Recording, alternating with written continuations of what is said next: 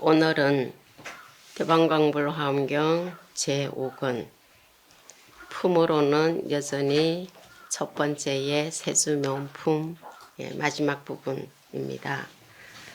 그 세수명품이 39품 가운데 첫 번째 품이고 권수로는 5건에 해당하는 분량이라서 그래서 지금 우리 교재 환경 제5권의 한글 사경본 교재에 보면 거기 7페이지부터 시작이 되는데 대방광물 환경 제5권 1 세수명품 5 이렇게 돼 있죠. 자, 그래서 세수명품이 80건 중에 5건 분량에 해당하기 때문에 여기에 가로해서 5 했어요. 이제 세주 명품이 전체 화엄경 39품 가운데에는 제일 첫머리에 놓여져 있는 품으로서 서분에 해당한다 말씀드렸죠. 그런데 이 세수명품 한 품이 처음 환경 편찬될 때는 따로 별행되어서 하나의 경어로 유통되어 왔던 부분이에요. 그것이 이제 80건으로 모아지면서 맨 첫 자리에 놓이게 되고 그 성격상 육성취에 해당하는 내용으로 화엄경 전체의 서분에 해당하는 걸로 자리매김됐죠. 그런데 이제 이 첫 번째 모임이 80건 화엄경의 설법처가 7장소에서 9번 모임에 의해서 39품 80건이 이루어졌다 이렇게 말씀하지 않습니까? 물론 자 이렇게 분류를 하는 것은 청량진관이라는 그 화엄 조사 스님의 견해가 많이 반영된 거긴 하죠. 근데 경 내용을 보면 현재 우리 유통되고 있는 경을 보면 자 그렇게 받아들이는 게 온당한 분류이기도 해요. 자 그런데 여기에서는 육성취에 해당하는 부분이 다 쓰러져 있다고 여러 번 말씀드렸어요. 그죠? 그러니까 화엄경이 언제 어디서 누구에게 쓰러졌냐 하는 부분이 다 담겨 있는데 여기 누구에게 쓰러진 거냐 하는 부분은 우리 법을 듣는 대중들이 어떤 분들이냐라는 거를 달리 말한 거죠.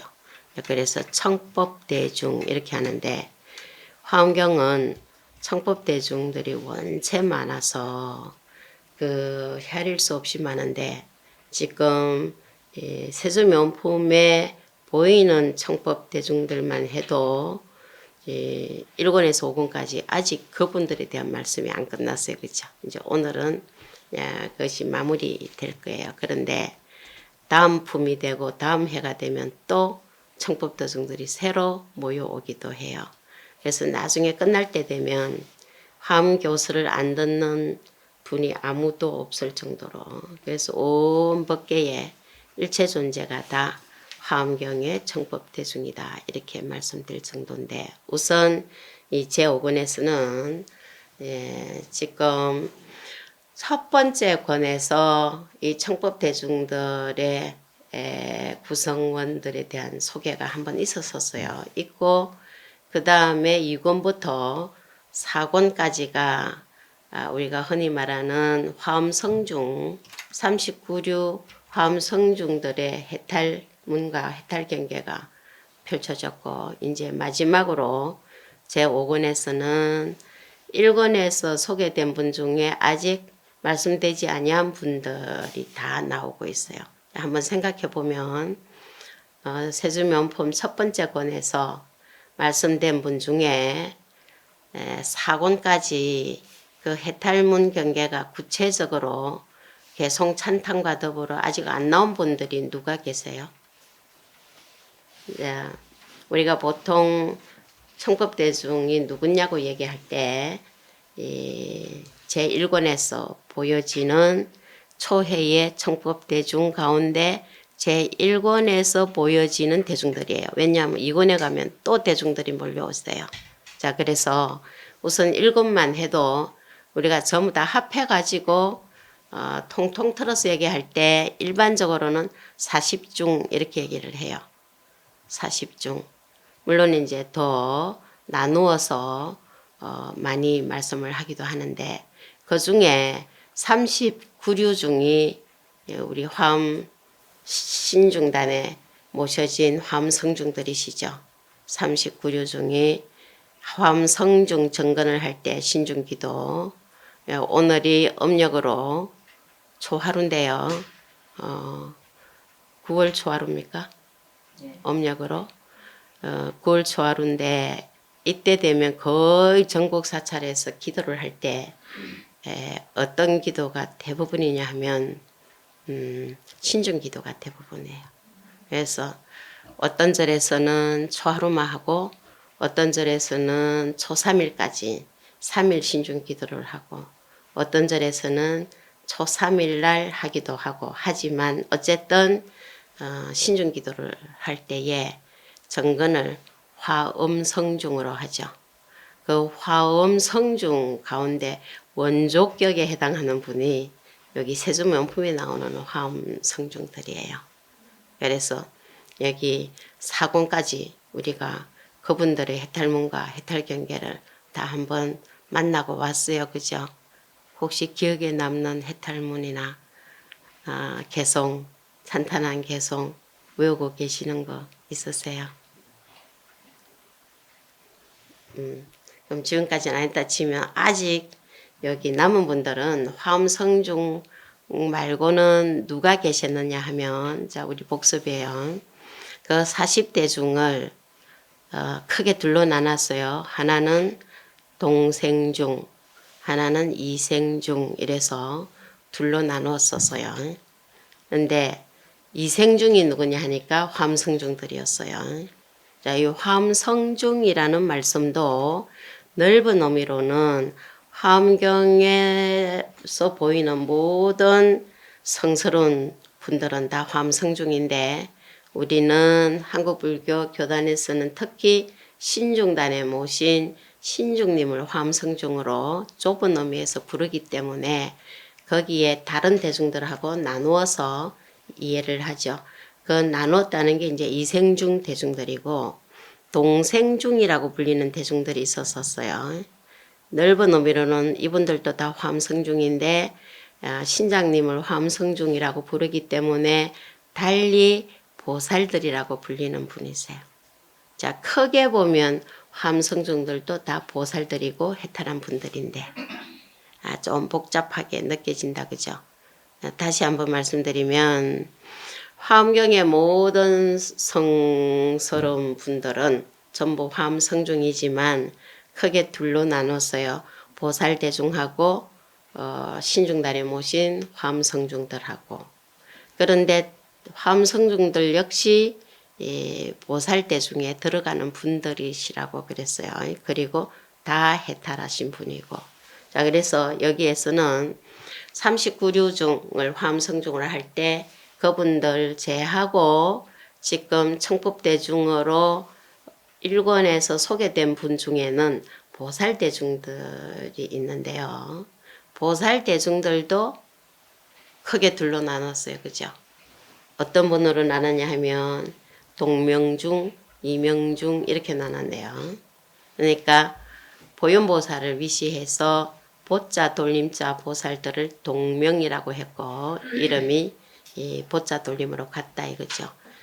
그리고 돌림자를 넓은 보자로 안 쓴 분들을 이명중이라서 이름이 다르다고 각각 이름이 다르다고 그분들이 다 보살대중이고 또 특이하게도 화엄경에서는 아주 특이하게도 이 5권의 후반부에 보면 10분의 대표되는 보살들이 또 출연하세요. 근데 그분들이 누구냐 하니까 의보대중들이에요. 그러니까 첫 번째 권에서 우리 기억을 해보면 거기 모인 대중들 가운데 자 처음엔 40중 이랬는데 보살대중들을 동명과 이명으로 나누면 41중이 되겠다. 그죠? 근데 거기에다가 누구를 또 보태느냐 하면 의보대중들을 보태요. 그건 무슨 말씀이냐 하면은 부처님 보리도량에 거기에 앞으로 법을 들을 분들 또 부처님의 설법 내용을 광명 속에서 보살들이 출연해 가지고 다시 말을 해주기도 해요.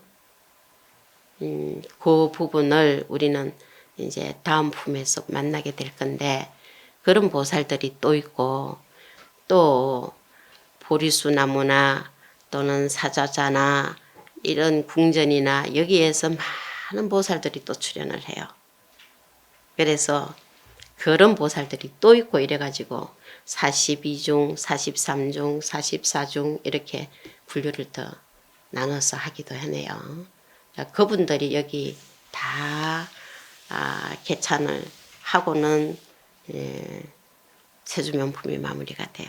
그래서 그를 다 한번 보려면 많은 해탈문가 여기서 역시 개찬을 만나게 되는데 제일 먼저 누가 하시냐 하면 보현보살이 이제 개성으로 부처님 공덕세계를 찬탄을 해 올리는데 이 보현보살은 다른 분들과 달리 해탈문이 10개씩 소개가 되어 있고 개성으로 찬탄하는 것도 10개성으로 찬탄해요.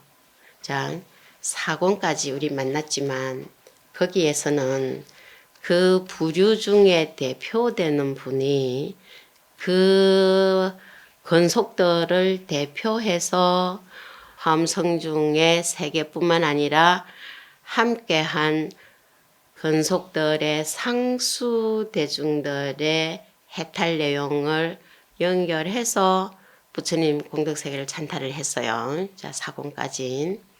그렇기 때문에 개성을 10개를 개성을 읊어도 하나는 없는 분 본인 해탈세계라면 다른 9 개차는 권속들의 해탈문 세계를 부처님의 공덕세계 찬탄하면서 연결해서 개찬을 해요.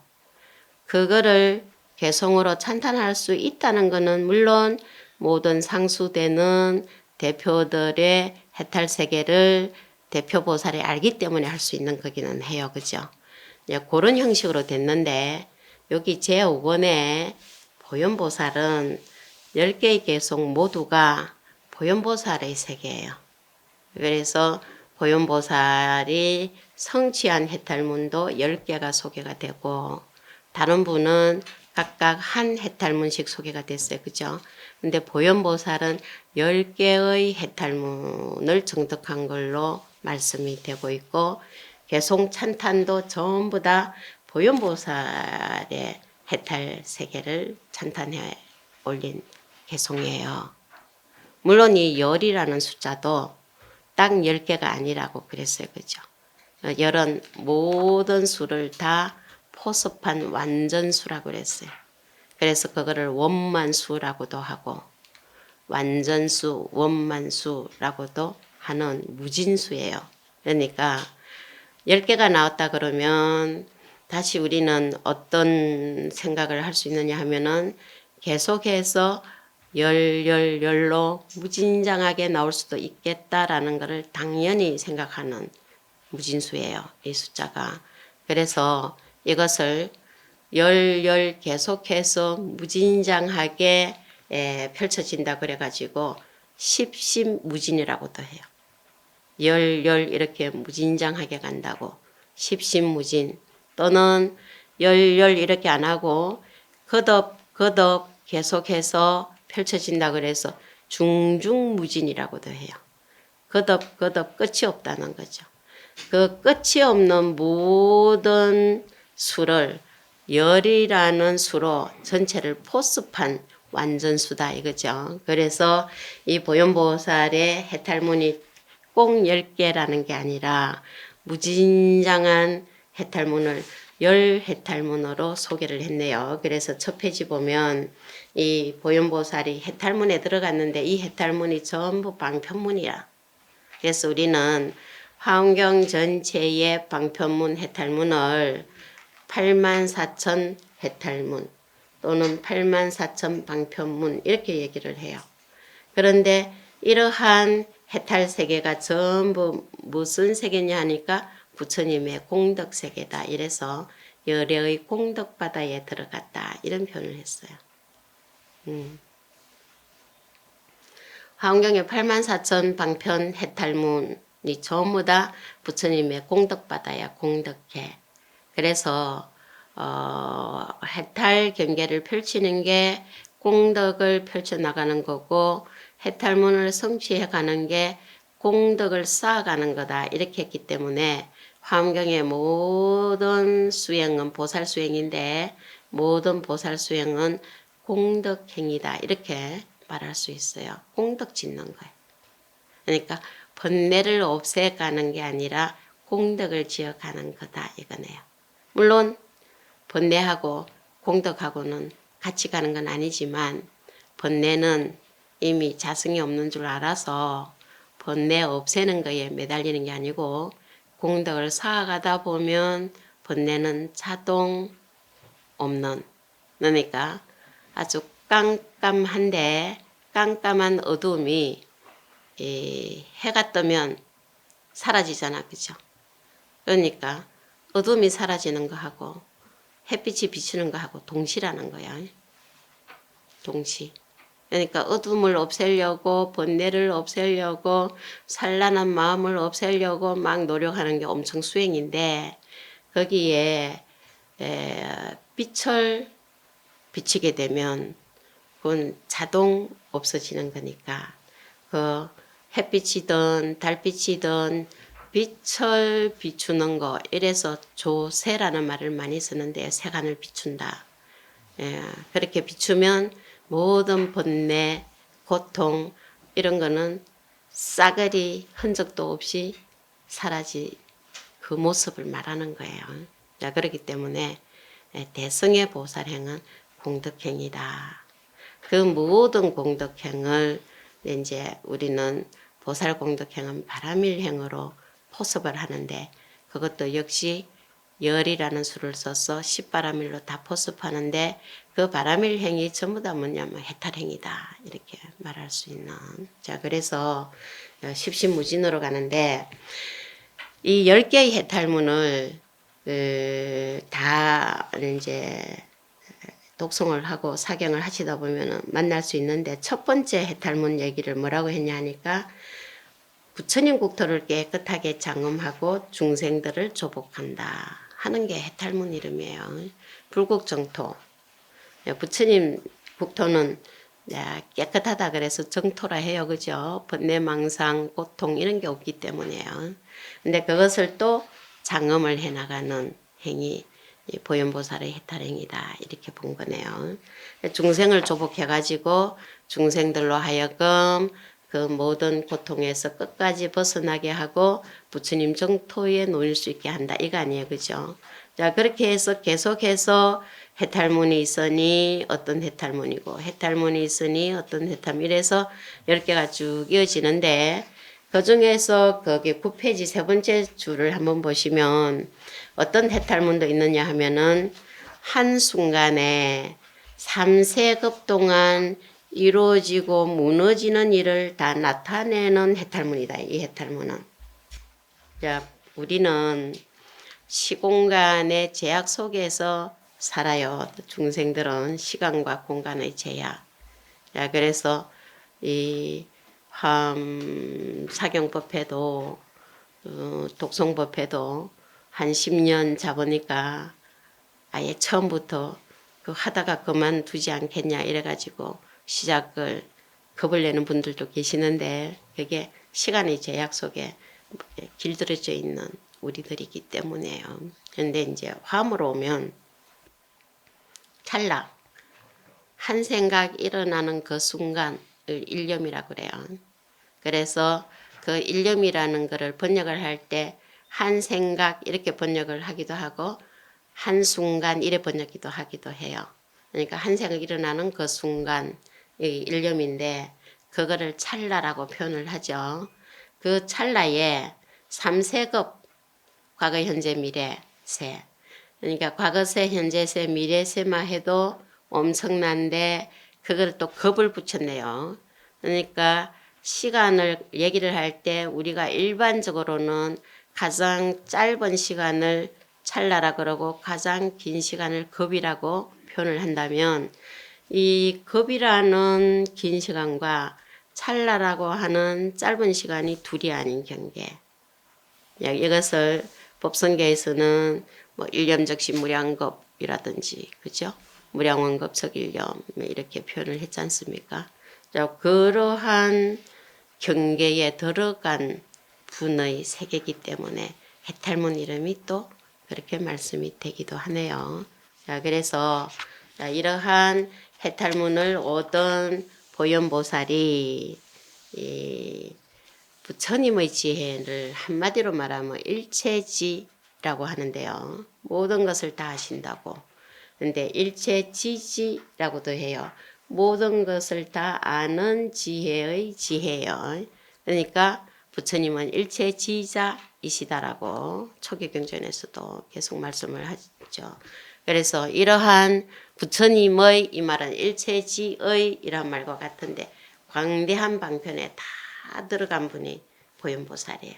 그래서 이 보현보살이 본인의 해탈 경계에서 알 수 있는 부처님의 공덕세계의 찬탄으로 들어가는데 그럴 때에 개성으로 찬탄할 수 있는 힘이 무슨 힘이냐 하니까 여기 10페이지 보시면 보현보살 자신의 공덕의 힘이에요. 자공덕. 보현보살이 지금까지 수행하고 해탈문을 얻고 공덕행을 지은 거 그게 자공덕의 힘이죠. 거기에다가 부처님의 위실력, 가피력이 함께해요. 그래서 거기 모인 모든 대중들을 다 살피고 이제 개성으로 부처님 공덕세계를 찬탄을 해 올리는데 여기에서 우리는 또 뭘 만나느냐 하면은 부처님의 공덕세계를 찬탄하는 개성을 얻는 것조차도 힘이 있어야 하죠.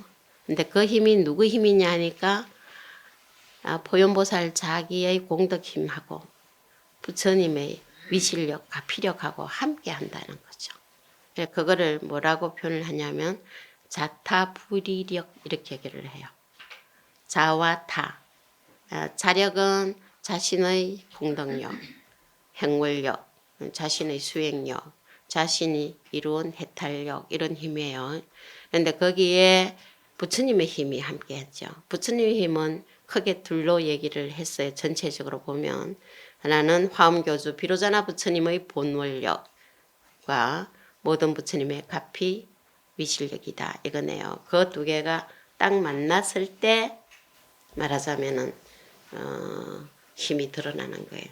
그거는 여러 번 말씀이 됐고 앞으로도 대표되는 설주보살이 삼매에 들 때마다도 얘기가 되고 계속 말씀이 되는 걸 잊지 말아야 될 거는 우리들이 살아가는 모든 모습은 전부 다 부처님의 가피력이 항상 함께한 모습이라는 거예요.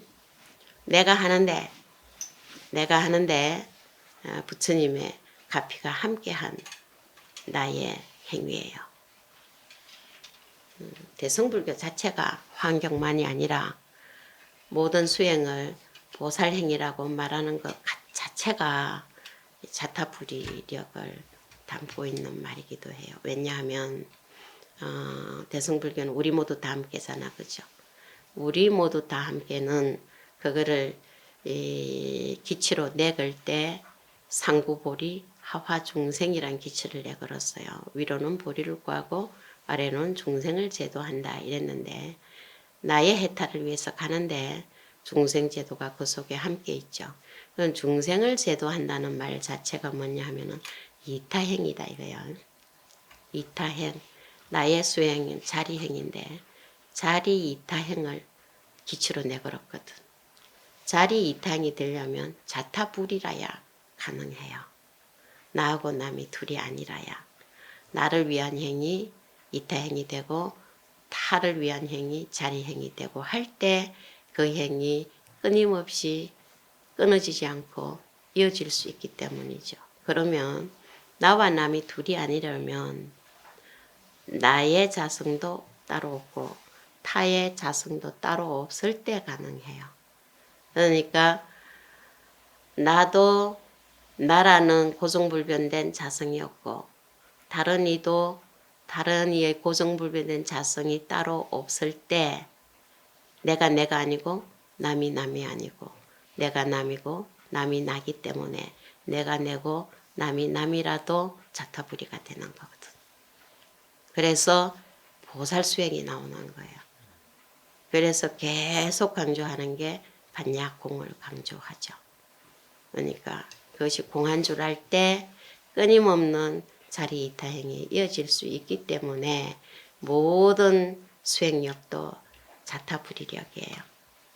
그러니까 이제 그는 그러면은 반야에서도 모든 존재들이 다 자성이 없어서 공하다 말을 하는데 화엄은 그거를 바탕으로 해서 무진장한 공덕행이 펼쳐지는데 화엄에서는 이제 표현을 그렇게 한다기보다도 내가 존재하는 것은 타인이 있어서 존재하고 다른 이가 존재하는 건 내가 있어서 존재하기 때문에 나의 존재는 타인에 의해서 타인의 존재는 나에 의해서 그렇기 때문에 나와 남이 둘이 아니고 각각의 자성이 없다로 표현을 하죠. 들어보면은 비슷한 말인데 약간의 차이는 있어요. 그래서 무진장한 공덕행이 끝없이 펼쳐질 수 있는 모습이 이제 우리가 이해가 될 수 있는 거예요.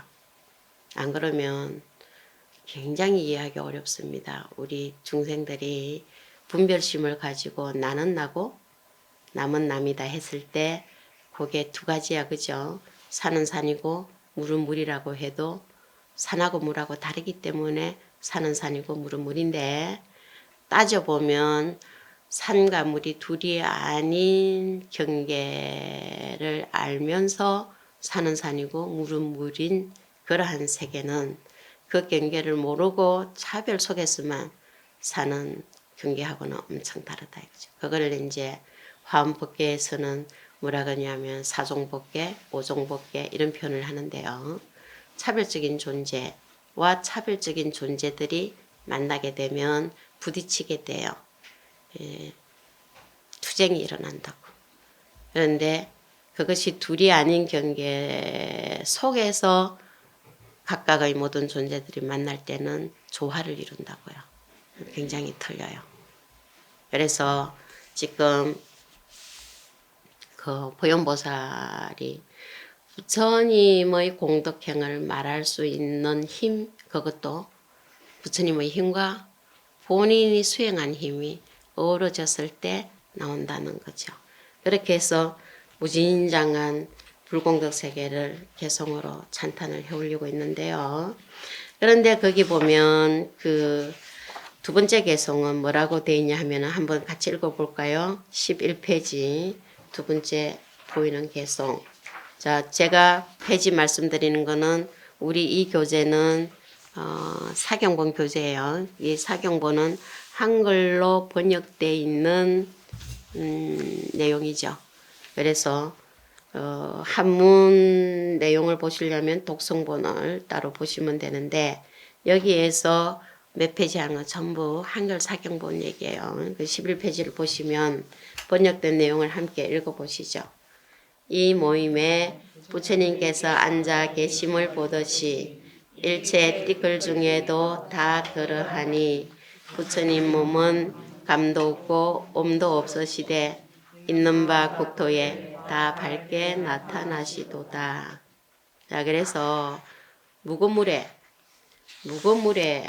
경계가 불경계예요. 부처님은 어떤 분이시냐 할 때 다 다르게 말씀을 할 수 있는데 왜냐하면 부처님 공덕세계가 무진장해서 어느 하나로만 얘기해도 다 틀린 건 아니지만 아무리 많이 말해도 다 말할 수 없는 부처님 공덕세계인데요. 그 중에 하나가 무구물이에요. 부처님은 가신 일도 없고 오신 일도 없는데 또 항상 나타나 주시는, 그래서 이렇게 나타나실 때도 그러기 때문에 지금 이 보리도량에 나타나시는데 이 보리도량에만 나타나시는 게 아니에요. 일체 모든 곳에 처처에다 똑같이 펼쳐지는 이런 모습을 이 세수명품 끝날 때도 보여주고 있어요. 그건 이따가 다시 보는데 국토에 다 나타나신다. 지금 이러한 세계는 부처님은 체성이 공적하기 때문에 모양도 없고 일체가 다 없지만 중생들을 위해서 또 온갖 세상을 다 색상을 다 나타내 보여주신다 하는 것과 같은 세계죠.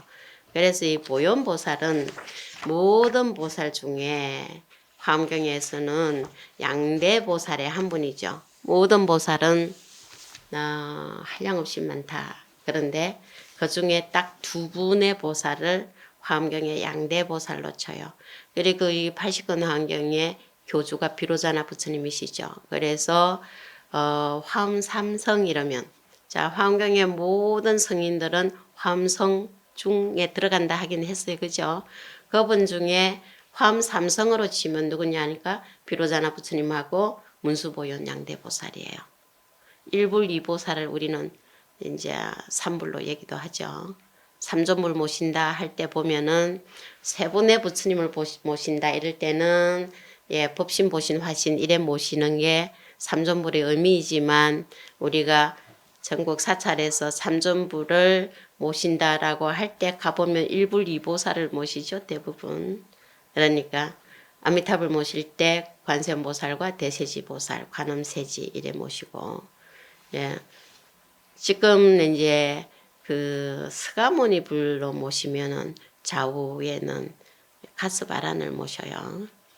그런데 비로자나 부처님을 만약에 모신다 그러면 좌우에 비로자나 불이 법신이니까 보신, 노사나 불하고 화신, 스가모니 불 이렇게 세 분을 모시는데 이제 비로자나 불만 딱 모실 때는 혼자 모시기도 하지만 좌우 보처를 만약에 모신다 하면은 문수보현보살이 되겠죠. 이렇게 해서 양대보살에 들어가는 중에도 문수보살은 대지문수라 그러잖아. 그죠?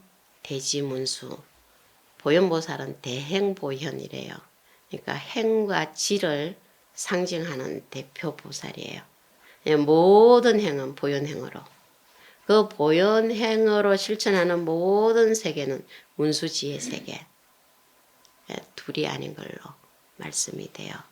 그래서 이 두 분이 화엄경 전체의 양대 보살인데 모든 보살행을 보현행으로 하는 행은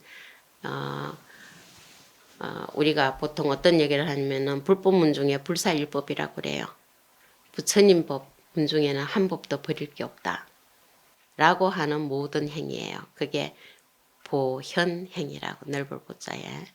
그런데 그것이 모두 무슨 행위냐 하니까 불사야 불사. 불사니까 부처님 행위예요.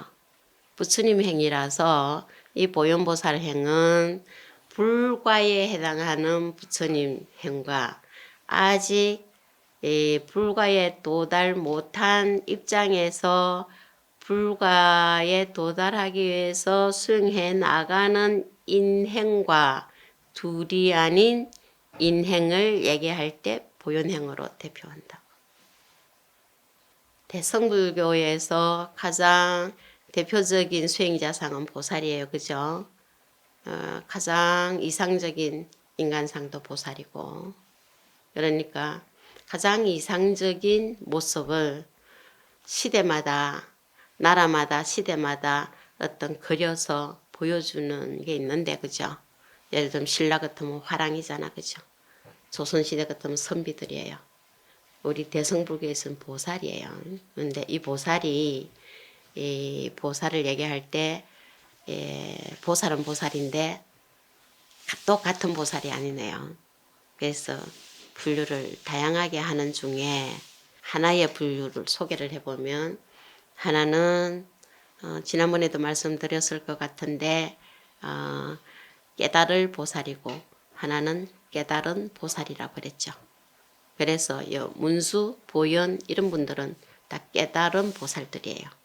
그런데 우리도 부처님처럼 되어지다 하고 발언하고 부처님이 닦으신 바람을 행을 우리도 닦겠습니다 라고 발언해서 보살이 된 분들이 대성불교를 일으켰기 때문에 대성보살이라 한다 그랬죠. 그분들은 앞으로 깨달을 보살이야. 그죠?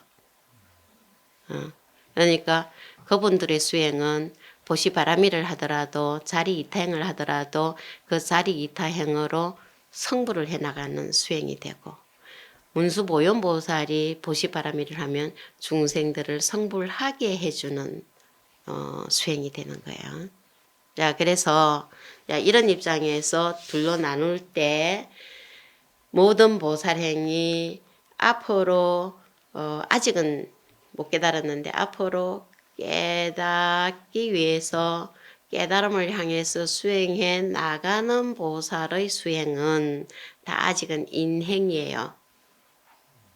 인지의 행위다 이거죠. 그것이 원인이 돼가지고 성불을 하니까 불가에 도달하는 인행이 되는데 대부분의 보살행은 근데 보현보살은 이미 깨달으셨어. 그죠? 그러니까 이 수행을 통해서 깨달으려고 하는 게 아니에요. 그럼 왜 하느냐? 이 수행을 통해서 모든 중생들을 깨닫게 해주려고 하시는 거예요. 그렇기 때문에 보현행은 불행과 다르지 않다고 보는 거예요. 그러나 아직은 보살이에요. 그래서 인행이에요. 요거를 뭐라고 그랬냐면은 원인과 결과가 동시다라는 표현을 하는 거예요.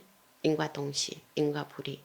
그거를 상징해주는 대표적인 꽃이 연꽃이라는 거예요. 연꽃의 상징성은 철염 상정도 있는데 더러운 곳에 있으면서도 물들지 않는 그러면서도 원인과 결과가 동시인 인과 동시의 상징성이 있어요. 인과 동시의 수행을 말하는 경전이 화엄경이에요. 모든 대성불교는 우리 모두 다 함께 자리 이태행을 통해서 상고보리 하하중생행을 통해서 성불하자 이거 아니요. 자타일시 성불도예요. 근데 화엄은 아직 성불 못했다고 하는 중생들도 본래는 부처고 그렇기 때문에 지금 우리에게 나타나신 불보살님들은 그러한 자기 자신을 바로 보게 하는 일을 해주시기 때문에 사실은 본래 부처임을 바로 보아서 본래 부처가 가질 수 있고 가지고 있고 할 수 있는 모든 공덕행을 실천하게 해주시는 분 이러기 때문에 이 수행도 원인과 결과가 둘이 아닌 수행으로 강조가 돼요. 그거를 제일 잘 보여주는 분이 보현보살이라는 거예요. 무슨 행으로? 모든 공덕행으로. 그래서 모든 수행은 84,000 해탈문이고 84,000 방편문이다. 이렇게 보여주고 있다는 거예요. 그래서 이 보현보살의 행은 보변행이에요. 무진장하게 가기 때문에 지금 십시무진으로 보여줬는데 그 다음에 18페이지를 보시면 이제 보현보살이 열애의 평등한 법을 다 보여주셨는데 그 다음에 이제 다른 대중들도 계시잖아. 그죠? 그 앞에서 말하면 보현보살 한 분만 지금 말씀을 했는데 그 이전에 화엄성중의 39류중의 경우로 보면 한 분이 10개의 개성을 말해도 그 부류의 대중들을 다 소개한 건데 여기 제5권에서 보현보살은 보현보살 자신의 경계를 다 말했다 했어요. 그것이 모든 보살의 경계이지만 그러면 이제 누가 남았느냐? 그 다음에는 누구 해탈문이 소개될 것 같아요? 보자 돌림자. 그것을 앞에서는 구보보살이라고 했어요. 그죠? 보현보살과 구보보살 이런 표현을 썼어요. 합해서 10보예요. 보현은 총으로서 보고 나머지 구보보살이 별상으로서 보현의 덕을 개별적으로 보여주는 분이다. 이런 표현을 했죠. 그러니까 이제 구보보살의 해탈문과 개찬 내용이 나올 건데 지금까지 보면 숫자가 다 열이에요. 그죠? 그리고 11, 12로 갈 수 있어도 다 열로 쳤어요. 근데 지금 9이네, 구보보살은. 9이니까 이 구보보살이 별이고 구보보살의 대표가 누가 돼야 되냐? 보현이 돼야 되는데 보현은 보현보살의 해탈경계를 스스로 10해탈문과 10개성으로 다 했어요. 자, 그러면 보현 대신에 보현과 같은 분이 구보보살이 총이 돼가지고 다시 한번 10개의 해탈문과 개찬으로 나오게 돼요. 그 분이 누구냐 하면, 자, 이름을 보기 전에 만약에 보현보살 대신으로 보현보살과 같은 자리에서 구보보살을 별로 거느릴 수 있다면 누가 나올 것 같아요? 화엄경의 양대보살이라고 하는 문수보살이에요. 그 문수보살을 여기에서는 문수라 하지 않고 정덕 묘강보살 마살로 얘기를 했어요. 정덕 묘강보살은 제1권의 모든 청법대중 소개할 때 그 이름이 안 보이는 보살이에요. 1권에서 한번 찾아보세요. 이분의 이름이 나오는가. 모든 대중들을 10분씩 상수대중 다 얘기하는데 정덕 묘강보살은 안 보이세요.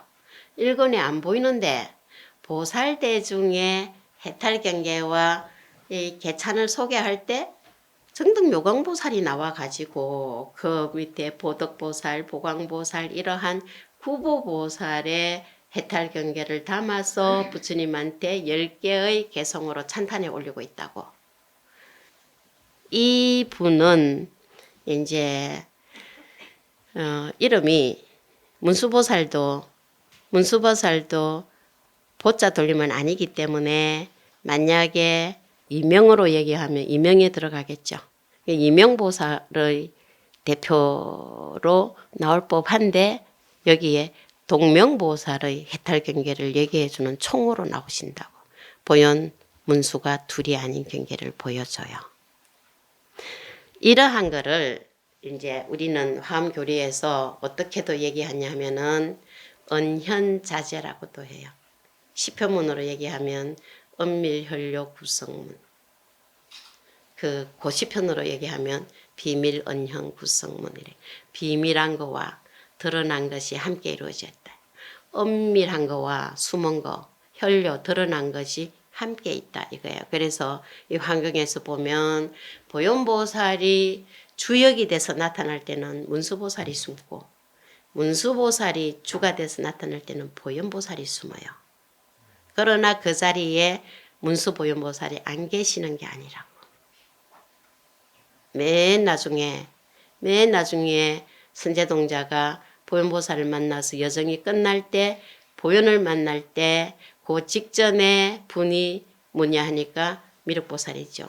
미륵보살도 나를 보려면은 문수를 만나라. 문수보살한테 갔더니 보현에게 인도를 해주는데 다시 제자리로 돌려나가지고 천신만고 끝에 보현보살을 만났을 때 그 자리 모든 불보살이 함께 있는 자리에서 만난다고요.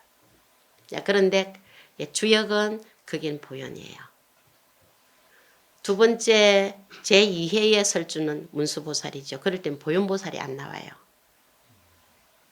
구수보살들이 막 대표가 돼가 나오고. 그래서 한 분이 드러나면 다른 분이 숨고 다른 분이 드러나면 그분이 숨고 이거를 언현자재라고 해요. 그거를 어떤 비유로 드느냐 하면 반달 비유를 들죠. 자, 하늘에 떠 있는 반달이 이 반쪽이 없는 달이 아니에요.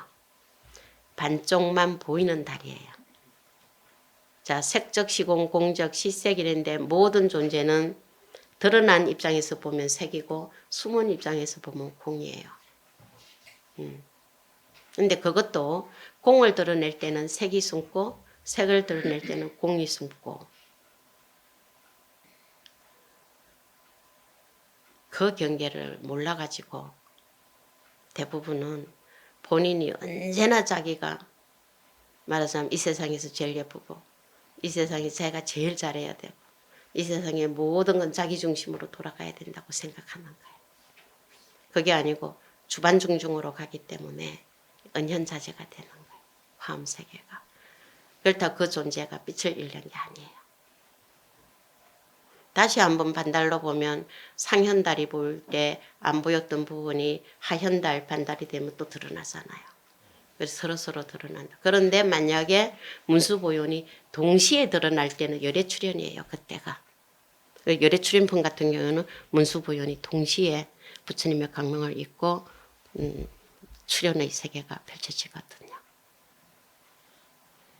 그래서 드러나도 좋고 안 드러나도 좋고 안 드러나도 없는 게 아니고 드러나도 항상 있는 것만은 아니고 그 경계를 화엄세계에서 바로 여기에서도 너무너무 잘 보여주고 있거든요.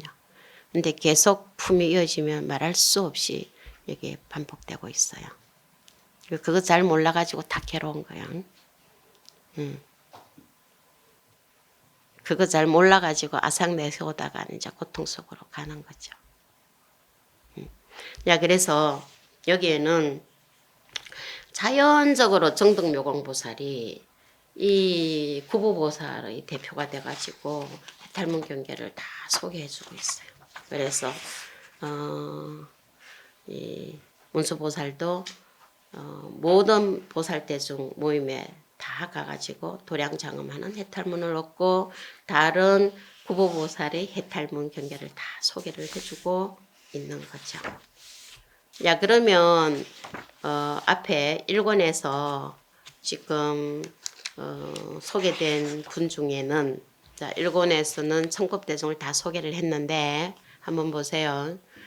1권에서는 보현보살 소개하고 보현보살과 동명보살을 소개하고 그 다음에 보자 돌림 아닌 이명보살 소개했죠. 그러고 39려 함성중 소개했어요. 그런데 2권부터는 39려 함성중부터 먼저 소개했어요. 그죠? 4권까지. 그러고 5권에서 보현 소개했죠. 그러고 동명보살, 구보보살 소개했죠. 그 다음 누구 남았어요?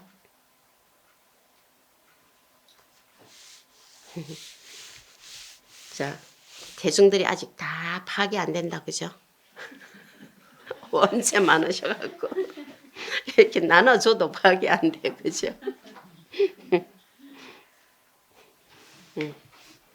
야, 그게 중중무진화음이에요.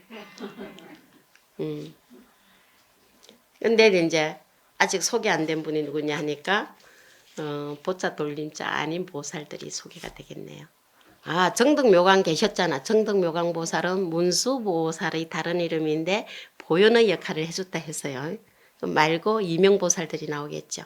자, 그분들 세계를 또 갈 거예요. 그러면 거기에도 10분의 보살이 나오고 그 10분의 보살이 정덕한 해탈문이 나오고 그분을 대신해서 해탈문 경계를 개송으로 없는 분이 나오겠죠.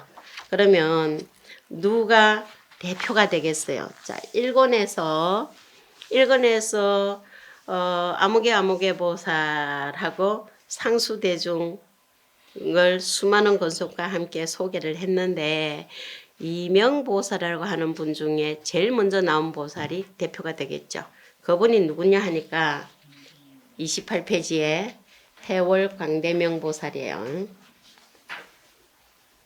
그런데 이 해월 광대명 보살이 이제 이명보살의 대표로 다시 말씀을 하는데 그 정등묘광보살의 개찬 중에 하나만 한번 보면 그 26페이지에 한번 보면요. 어떤 말씀이 있느냐 하면은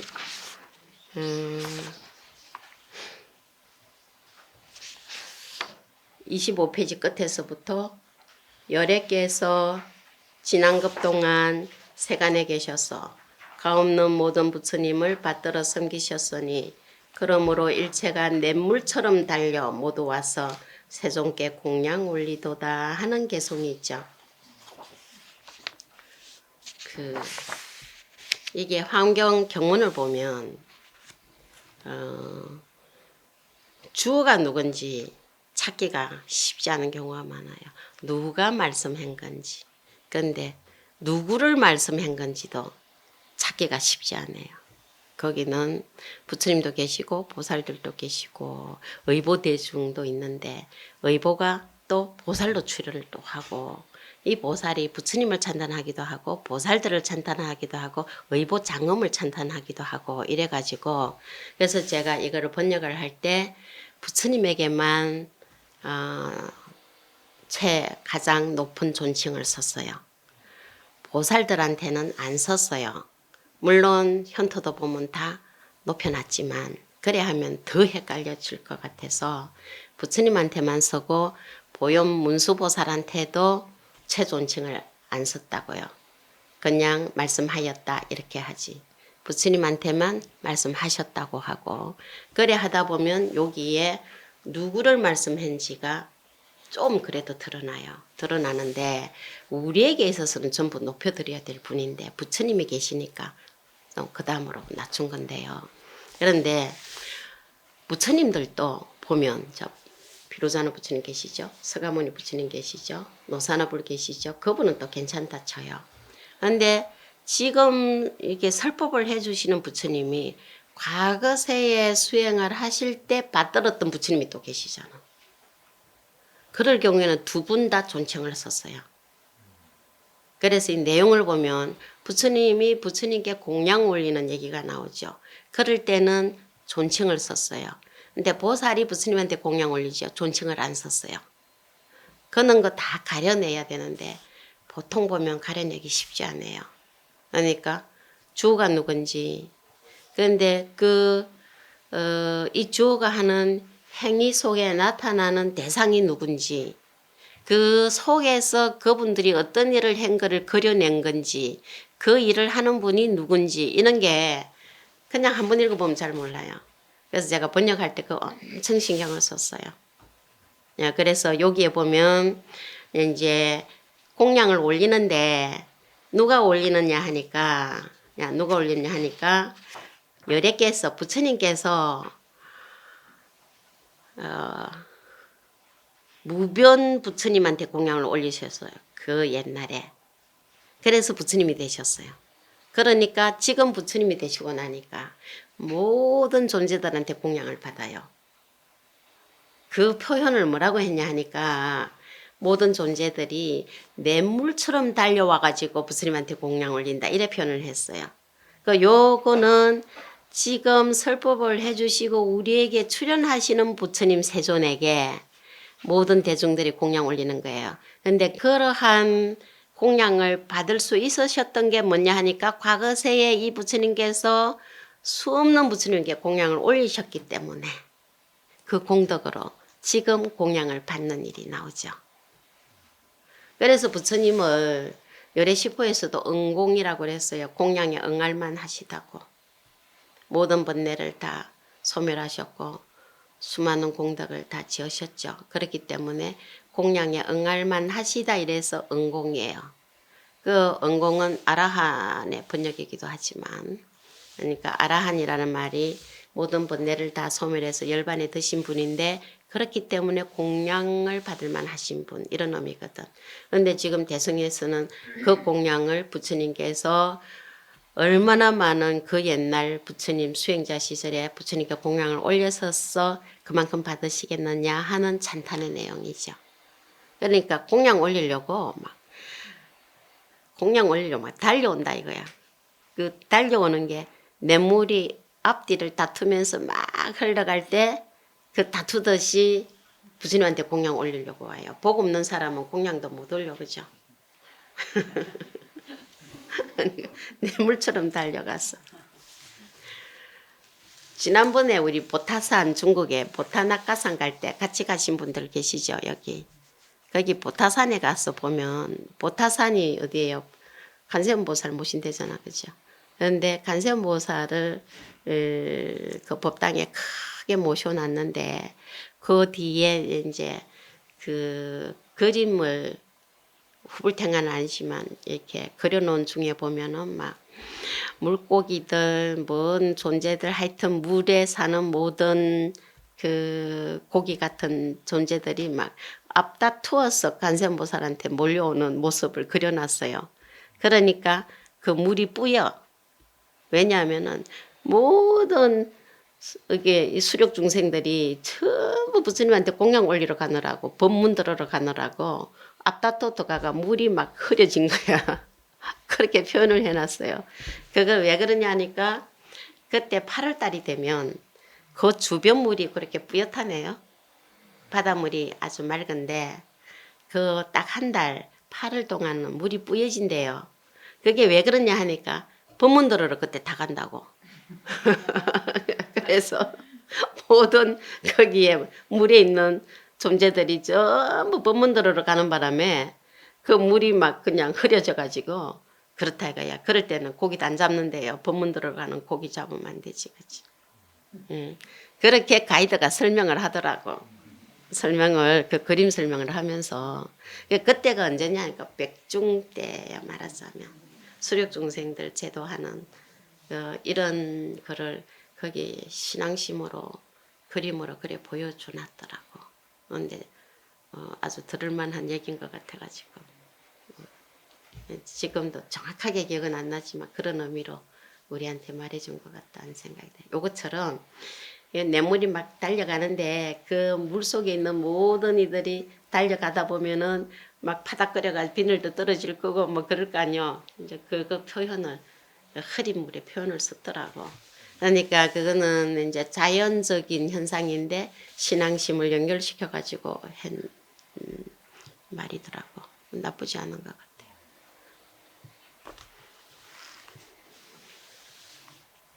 그 공양 올리는 거는요. 부처님께서 여기 화엄경의 세주명품의 모든 청법대중들이 공양 올리는 공덕은 과거에 부처님께서 그러한 공덕을 지으셨기 때문에 따라하는 글로 거의 엄청 강조가 되고 있어요. 이후에 나오는 모든 나도 부처님처럼 되어지다 하는 대중들에게 해탈 경계를 이미 해탈하신 분이 보여줄 때도 그러기 때문에 공양공덕이 결코 간과되지 않겠죠. 굉장히 강조돼서 말씀이 되고 있어요. 근데 공양을 올렸을 때의 복전은 경전이라고 그랬어요. 그죠? 공경하는 마음으로 공양을 올렸을 때 그 밭은 경전이 되고 공덕은 누가 받겠어요? 자기가 받아요. 그렇기 때문에 이미 보시를 하거나 공양을 올렸을 때는 자기가 마음이 기쁠 수밖에 없는 게 자기의 마음밭에 씨를 동시에 뿌리는 거라고. 그래서 그거에 싹이 나고 열매가 맺으면 자기의 심전에 뿌렸던 씨앗도 열매를 맺겠죠. 그럼 어디로 가겠어요? 성불로 가는 거예요. 그렇기 때문에 보시하고 공양 올리는 게 넘을 위한 게 아니라고. 절대로. 그러면 생색내면 왜 되는 거예요? 자기가 가져갈 건데 자기가 바다한테 생색내고 있어. 그치? 오히려 바다한테 고맙다 해야 되는. 자, 그래서 이러한 그 해탈문 경계도 옳고 있고, 그 다음에 이제 이명보살 대표로 해울 강대명보살이 쭉 이제 개성으로 또 찬탄을 해드리고 있는데요. 시간 관계상 다양한 해탈문 경계는 이제 각자 보시고, 자, 다시 한번, 자, 우리 대중들이 누구냐를 한번 생각해 봅시다. 자, 다시 한번 생각해 보면, 아직 말씀 안 된 분, 소개 안 된 분들이 또 있어요. 그게 39페이지부터 말씀이 되는데, 우리 지금 제가 이 법회를 하는 거는, 꼭 여기 말씀을 법문으로 들려드린다기보다 이 교재를 가지고 사경하고 독송을 하실 때 이게 무슨 말이지라는 의아함이 들 때 그거를 풀어주는 입장에서 제가 소개를 하는 정도로 해드리는 거예요. 시간도 그렇고. 자, 그렇기 때문에 이걸 읽어 나가면 이거는 어느 부분이고 무엇에 대한 말씀이고 그것을 어떤 식으로 했고 하는 식을 대강 풀어주는 형태로만 제가 지금 법회를 진행하고 있어요. 세세하게 하려면 뭐 말할 수 없잖아. 그죠? 그래서 혼자 공부하고 혼자 사경하고 혼자 독송할 때 크게 막히지 않을 정도의 안내만 해드리는 거예요. 그래서 전체 구성을 제가 자주 말씀드리는 거예요. 자, 그럼 다시 한번 소회에서 말씀된 중에 자, 지금 여러 번 반복하는 거는 아무리 반복을 해도 환경 자체가 십시무진으로 하고 계셔가지고 따라가기 상당히 어려워요. 그죠?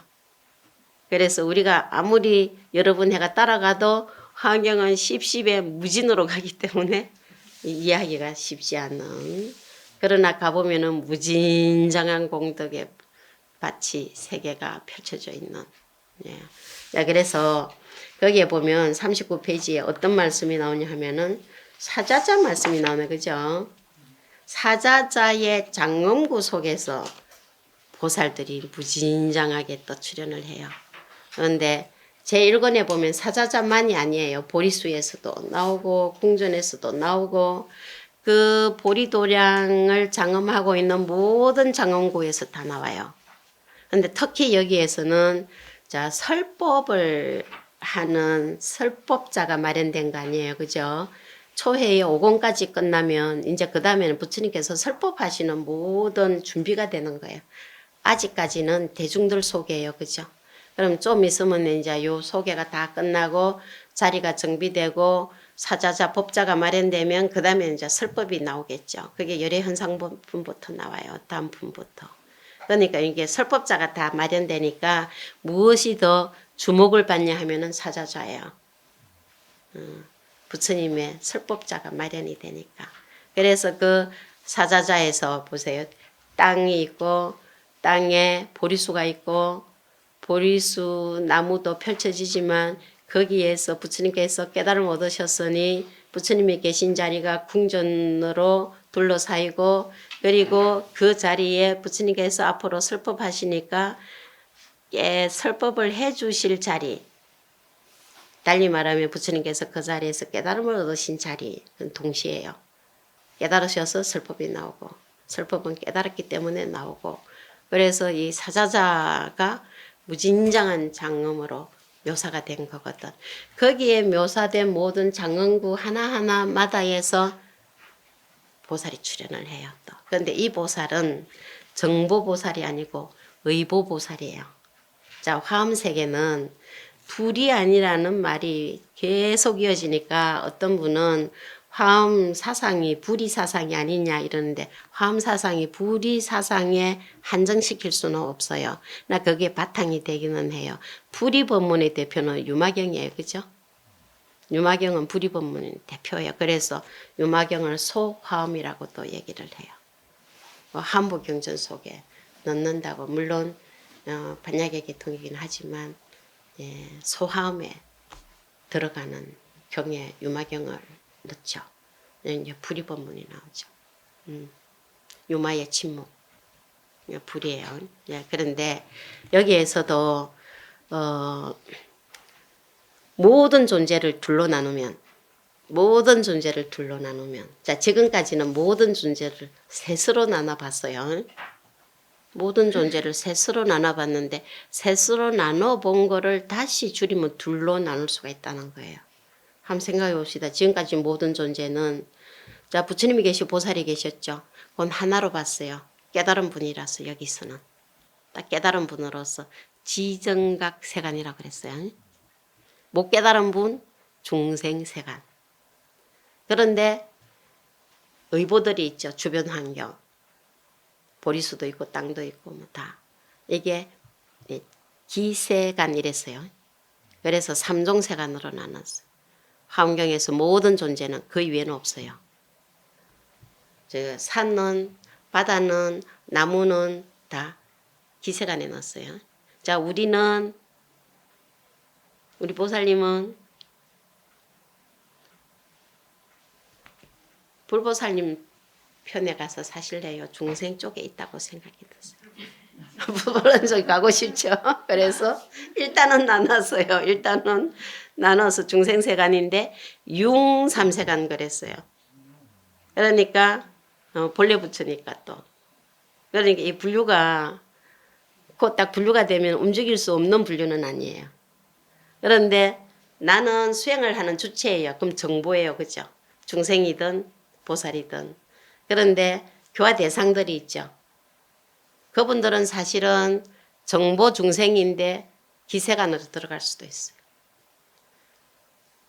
우리 같이 오신 보살님이 화엄 공부를 하는데 다른 분이 기세간이 될 수도 있어. 어보가 될 수도 있어요. 왜냐하면 내 공부하는데 주변 환경이 될 수도 있다고.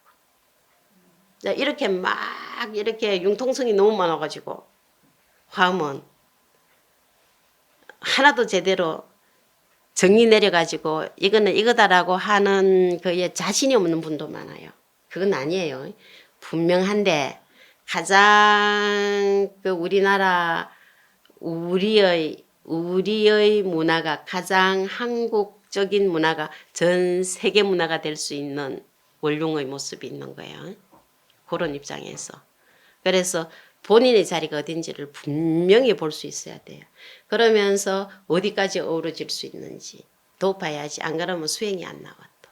공덕을 안 짓는다고 다 돼 있는 것처럼. 본래는 다 돼 있는데 내 몫이 있다고 그랬죠. 지금 이렇게 밝은데 내 눈을 감고 있으면 어두운 거. 눈을 떠야 되는 자기 몫이 있다고. 눈을 감고 있으면 아직 중생이에요. 그러나 내가 몸담고 있는 것은 밝은 대낮이요. 불보살님의 강명이에요. 그거 분명히 또 가릴 줄 알아야 된다.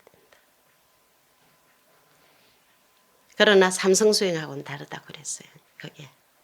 자, 그래서 이 장흥구 속에서 무진 보살들이 나와가지고 변상도에서는 그 80권 환경을 고려시대의 목판으로 금별, 변상 그림을 그려놓은 게 있어요. 거기에 보면 이 보살들이 10분이 나오는데 요거는 사자자 장엄 속에서 나온 보살들이에요. 나오는데 그 10분만이 아니기 때문에 뭐라고 표현을 했냐. 하나는 뭉뚱거려서 좌출제대 보살이지. 사자자에서 나온 한량없는 보살들이에요. 자, 이분들이 왜 이렇게 강조가 됐냐 하면 한번 보세요. 사자자가 엄청 장엄스럽게 묘사가 돼요. 거기에서 부처님께서 깨달음 얻으시고 설법을 하시기 때문에. 그래서 이 사자자가 이렇게 대단하다라는 말을 해야 되잖아. 그 말을 이제 이 사자자가 말하는 게 아니라 사자자에서 나온 보살이 말을 하는 거예요. 말은. 그런데 사자자 장엄이에요. 그걸 보살이 얘기를 하죠. 그러면서 그러한 대단한 사자자에 앉으신 부처님이 대단하시다고 또 찬탄을 해요. 그래가지고 그 사자자에 앉아서 설법을 하실 수 있는 부처님의 과거 수행 공덕이 얼마나 대단하시겠냐. 이게 보살들이 다 찬탄을 해 올리는 게 지금 여기에 개송이 계속 이어지는 부분이에요. 근데 한 보살이 10개씩 아니면 11개씩 계속 찬탄하죠. 다 10개씩 찬탄하는데 어떤 보살은 어떤 찬탄을 하냐니까 부처님께서 수행을 하셔가지고 어느 단계까지 가셨냐 하니까 맞으면 10종 지력을 얻으셨다. 이렇게 나오죠. 뒤에 가면 계속 나와요. 말씀을 그때 가서 자세히 드릴 거예요. 그런데 여기에 이미 10가지 지의 힘이 뭔지 말씀을 찬탄을 계속하죠. 부처님께서 지으신 공덕 중에 우리에게 펼쳐 보이신 대표적인 게 십바람이라고 그랬죠. 그러니까 십바람일 하나하나에 대한 찬탄과 뭉뚱그려서 하나 찬탄을 하겠죠. 그럼 개송이 11개가 돼요. 이런 식으로 해서 개송이 끝까지 이어지네요. 마지막까지. 그 내용들은 나중에 그 찬탄된 내용이 자세하게 우리의 수행 방편으로 펼쳐지게 돼 있으니까 부처님께서 불가를 얻으셨을 때 돌아보니까 불가를 얻을 수 있게 해준 수행법이 여기 보살형으로 나타나는 거거든. 그것이 우리들이 또 닦아가야 될 수행으로 나타나니까.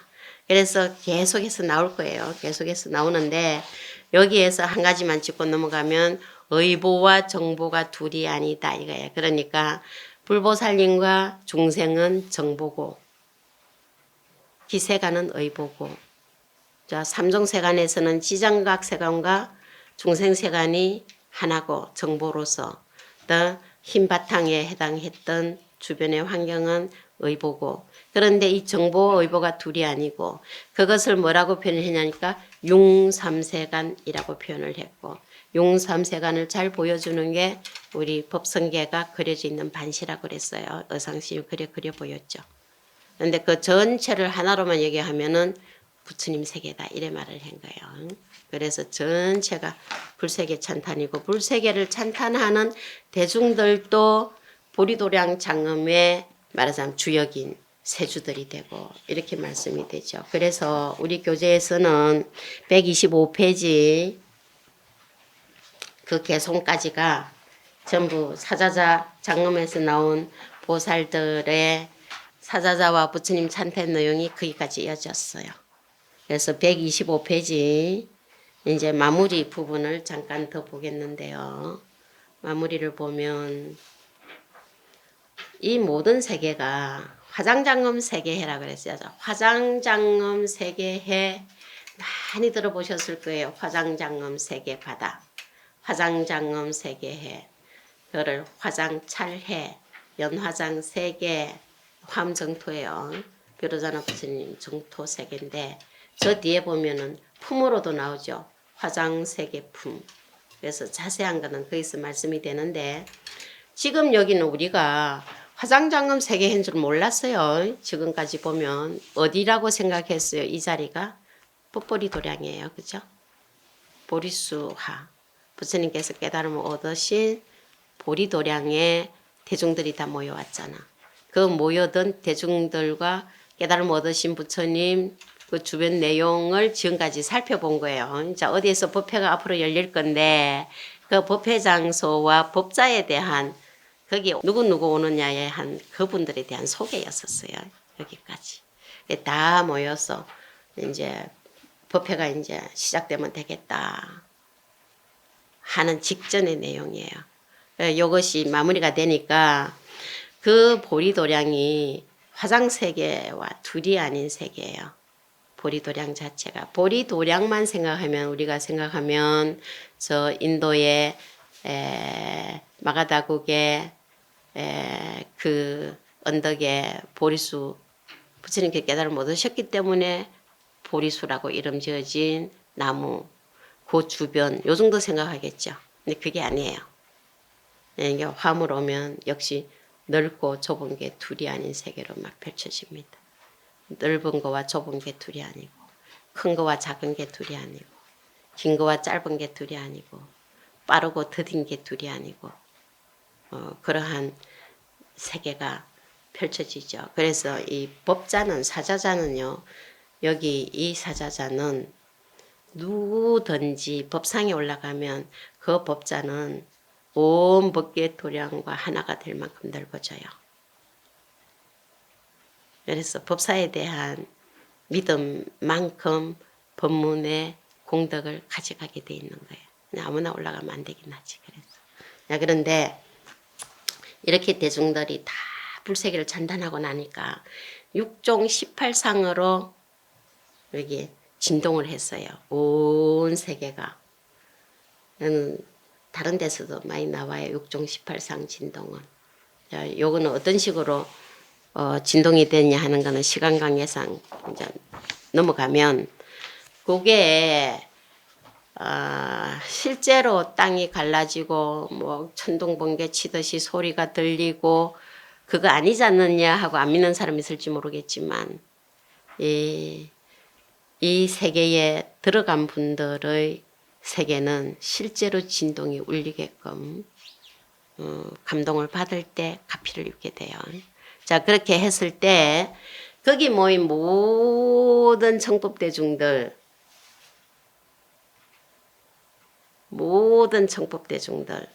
자, 모든 대중들 이러면은 부처님도 들어갈 건데 청법대중 이랬을 때는 법을 들으려고 모여온 대중들만 가리키는 표현이에요. 그래서 이 표현 하나하나가 말 단어 하나하나가 이게 가지고 있는 내용이 영역에 한계를 짓기도 하고 영역이 다 터지기도 하고 아주 다양한 얘기들이 있는데 그걸 그냥 처음 들으면 그 구분이 잘 안 될 수 있지만 그거는 제가 표현을 할 때는 굉장히 조심해서 쓰는 단어라는 건 생각해 주시고요. 자, 뭐 그래 하다 보면 많이 듣다 보면은 이제 뭘 지칭하는지 또 자연히 알아질 수도 있어요. 이 세주들이 여기에서 세주들은 자, 왜 그러냐 하니까 세주들을 크게 또 제가 나누어서 말씀을 드렸어요. 이 세주는 삼세간주가 다 세주다라고 할 때는 부처님도 들어가요. 그죠? 왜냐하면 부처님께서 깨달음을 얻으셔서 그 깨달음의 덕상이 밝게 빛나는 것 자체도 보리도량의 장엄이기 때문에 그래서 세주 묘음이 된다는 거예요. 그러나 보통은 여기에 말을 통해서 부처님을 찬탄에 올리고 부처님 법 듣기 위해서 모여든 대중들, 그 대중들을 청법대중이라 표현을 했어요. 그 청법대중들을 세주라고 할 때는 좁은 의미로 쓰는 세주예요. 자, 그래서 여기에서는 모든 청법대중 세주들이 공양을 또 막 올리네요. 근데 그 공양 올릴 때 어떤 공양거리가 공양물로 올려졌느냐 하는 공양거리, 이게 공양구예요. 도구 할 때 구자예요. 그러니까 먹거리 이렇게 얘기하듯이 공양거리, 절길거리, 락구 이런 식으로 구를 써요. 근데 그거를 번역을 할 때 먹거리 뭐 오락 내용 뭐 절길거 이런 식으로 해서 우리가 보통 쓰는 걸로 절길거리 먹거리 이래 풀어도 되는데 저는 여기서 그냥 구를 바로 붙였어요. 공양구인데 이 공양구를 어떤 비유로 말을 했냐? 구름에다 비유를 했어요. 그래서 공양 자체를 구름에 비유하기도 하고 공양구 이래서 공양구운 이렇게 나오기도 해요. 공양구 구름 또는 공양구름인데 이 구름 비유는 법을 드러내는 거라 그랬어요. 화엄에서는. 자, 그러면 여기에 보이는 게 전부 공양을 구름으로 다 얘기했어요. 그래서 요런 구름으로 얘기를 할 때는 이 비유로 구름을 얘기하든 비유로 바다를 얘기하든 이런 거는 없어도 되는 얘기인데 비유를 빼면 또 맛이 안 나요.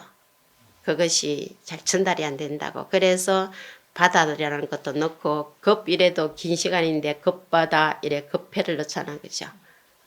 화장세계 이래도 되는데 화장세계 바다를 넣듯이. 그래서 어떤 경우는 이 바다가 왜 들어갔냐 구름이 왜 들어갔냐 이럴 수 있는데 그것이 가지는 진리가 있다고. 그래서 그냥 집어넣어놨어요. 집어넣어놨는데 여기에는 이 구름은 그러면 왜 여기다가 공양구에다가는 주로 구름 비유를 많이 넣었어요. 자, 하늘에 구름이 없는 날이 거의 없는데 여기는 구름 없는 것 같아도 비행기 타고 올라가면 다 밑에 구름이에요. 그죠? 근데 구름이 온 허공 하늘에 다 깔려 있는데 아주 다양하게 깔려 있죠. 그거 비유예요. 그래서 공양운을 다 공양을 드렸어요.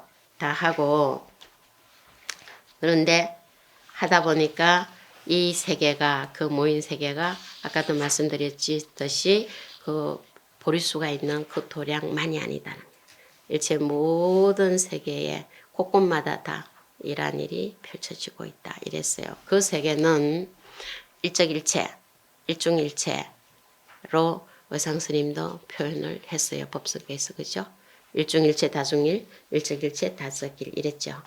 야, 그러기 때문에 모든 세계가 보리도량처럼 화엄정토예요. 그래서 화장장엄 세계해와 같이 말을 하고 있어요. 보리도량인데 화장장엄 세계예요. 화엄정토라고. 그러니까 넓고 커지게 넓고 좁고 하는 게 갈라진 나눠진 세계가 아니에요. 그러니까 넓은 게 좁은 거고 좁은 게 넓은 거고.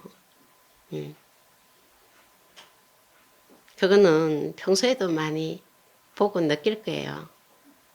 그래서 저 뒤로 가면은 부처님의 낱낱 털구멍 모공모공마다 모든 부처님 세가가 펼쳐지고 부처님에게 모여든 모든 존재들과 거기에 법회가 펼쳐지는 게 보이고 막 또 펼쳐져요. 광대한 세계가 아주 좁은 털구멍과 다르지 않고 아주 긴 세월이 한 생각 순간 일어나는 찰나와 다르지 않고 그렇게 살면 아둥바둥 할 것도 없네, 그죠? 그렇다고 하면 겨르게 살았냐? 그거 아니에요. 그러한 도리를 알게 되면 모든 게 공덕형으로 나간다. 그게 해탈의 길이라서. 자, 그래서 이 보리도량이 온 법계예요. 자, 그러면 우리는 이 화엄설법이 처음 이루어지고 그 모여든 대중들이 5권에 이르기까지 화엄경에서 숱하게 말씀이 됐는데 우리는 그거 있어요, 없어요?